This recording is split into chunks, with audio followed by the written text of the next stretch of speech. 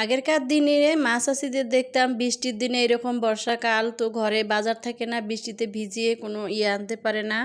তো এরকম শাক টুকা টুকা পেলকায়। তো হ্যালো এভরিওয়ান, আসসালামু আলাইকুম। আশা করি আপনারা ভালো আছেন। আলহামদুলিল্লাহ আমিও ভালো আছি। তো দেখেন আমার কতগুলো এগুলো চিংড়ি মাছ নিয়ে এসেছে। চিংড়ি মাছগুলো কুটে ধুইলাম, আর ধুয়ে দেখুন পরিষ্কার করে ফ্রিজে। আর একগুলো সবজি নিয়ে এসছে। আর চিংড়ি মাছগুলো দেখেন অনেক ফ্রেশ চিংড়ি মাছগুলো, কুটতে মানে বেশি একটা সময় লাগেনি। আর দেখেন এগুলো নিয়ে এসে নতুন রেসিপি, এগুলো মানে আমাদের দেশে এগুলি রান্না করে খায়।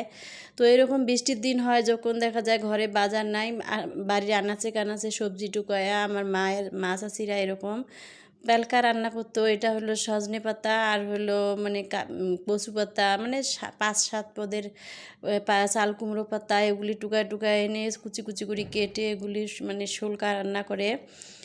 যাকে বলা হয় শোলকা, মানে ওগুলি ছোটা দিয়ে রান্না করে। আর দেখেন কয়েকটা মাছ আলুর পাতাও দেয়। তো আমি তো ঢাকায় থাকি, আমার এতটা মানে পাতা সবজি মানে জোগাইতে পারি নাই, তাই আমি আমার নিজের টপের গাছে আমি মাছ আলু গাছ লাগিয়েছি, সেখান থেকে পাতা নিয়ে আসলাম। আর বাজারে নিচ থেকে মানে শাক সজনে পাতা পাইছে নিয়ে আসছে, আর পাট শাক নিয়ে আসছে। তো একটা মানে রেসিপি রান্না করার জন্যে আমি আবার এগুলি বুদ্ধি করে মানে একটু মানে জোগাইলাম। আর এখন দেখেন লাল শাকও নিয়ে আসছে। তো লাল শাকটা আলাদা রান্না করব। আর এই পাতাগুলো এগুলি সজনা পাতা দিয়ে পাট শাক দিয়ে মাছ আলু দিয়ে কুচি কুচি করে কাটলাম, এগুলি দিয়ে এখন আমি পেলকা রান্না করব। তো শাকগুলো দুই চুলে দিয়ে দিয়েছি, এখানে লাল শাক মানে চুলে দিয়েছি। আর এখন পেলকা রান্নার করব।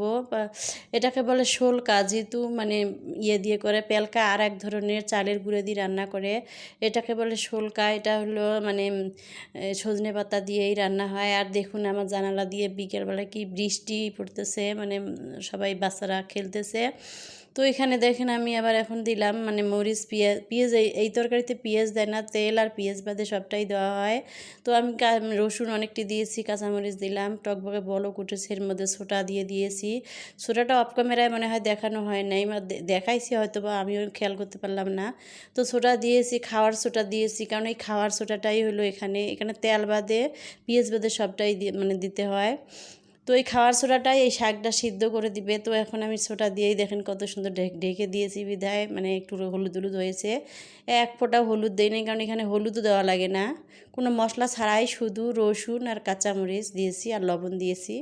এখানে মানে এই সবজিটাতে এরকম করেই রান্না করতে হয়। তো বাচ্চারা আর বয়স্ক মানুষ এই সবজিটা রান্না করলে একদম পিছলে হয়ে যায়, খেতে ভালোই লাগে। সাথে আলু ভর্তা, শুটকি ভর্তা, যে কোনো একটা ভর্তা লাগবেই, বা বাদাম ভর্তা। তো ভর্তা হলে তো কোনো কথাই নেই। তো আমি ভর্তা করব অফ ক্যামেরায়, কারণ আমার ক্যামেরা ধরার মানুষ নেই, খুব তাড়াহুড়ো করতেছি। ভিডিওটা ভালো লাগলে একটা লাইক কমেন্ট শেয়ার করবেন, ইউটিউব হলে একটা সাবস্ক্রাইব করে দেবেন। আল্লাহ হাফেজ।